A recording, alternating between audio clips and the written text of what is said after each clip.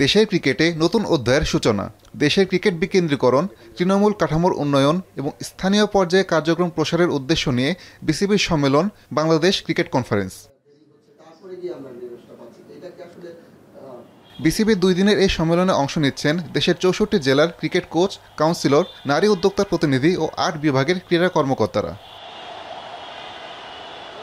প্রথম দিনের কার্যক্রম শেষে বোর্ড সভাপতি আমিনুল ইসলাম বুলবুল 12 মাস ক্রিকেট চালু রাখা ও তৃণমূল পর্যায়ে ছোট ছোট অফিস তৈরির কথা জানান। স্টেপ 1 হচ্ছে আজকে একটা কনফারেন্স করে জানতে পারলাম। স্টেপ 2টাই হবে আমাদের ছোট ছোট বিসিবি অফিস তৈরি করা।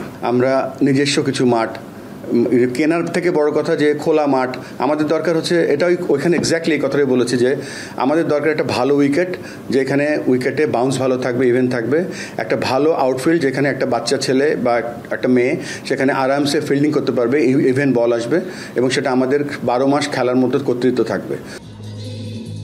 প্রথমবারের মতো পরিচালক নির্বাচিত হয়ে দৌড়ে বেড়াচ্ছেন বয়সভিত্তিক ক্রিকেটের দায়িত্ব পাওয়া আসিফ আকবর।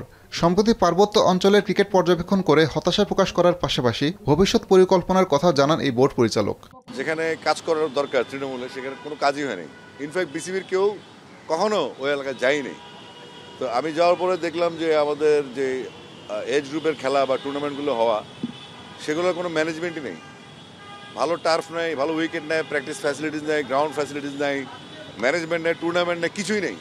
তো আমরা সেগুলা তদন্ত করলাম, চেক করলাম এবং সেগুলোর জন্য আমরা ব্যবস্থা গ্রহণের জন্য আবার আমি উত্তরবঙ্গ সফরে যাচ্ছি। এদিকে জাহানারা ইস্যুতে সরগরম দেশের ক্রিকেট আঙ্গন।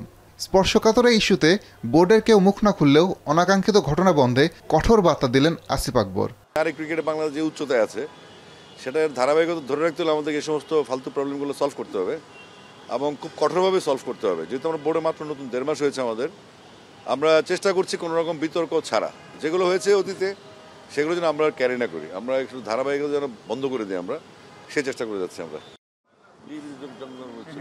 ক্রিকেট বিকেন্দ্রীকরণে বিসিবির এমন দারুণ আয়োজনে এসেও অপ্রীতিকর ঘটনার ব্যাখ্যা দিতে হচ্ছে বোর্ড পরিচালকদের।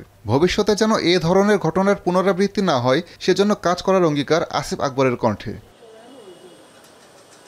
আসাদুজ্জামান লিটন, এখন, ঢাকা।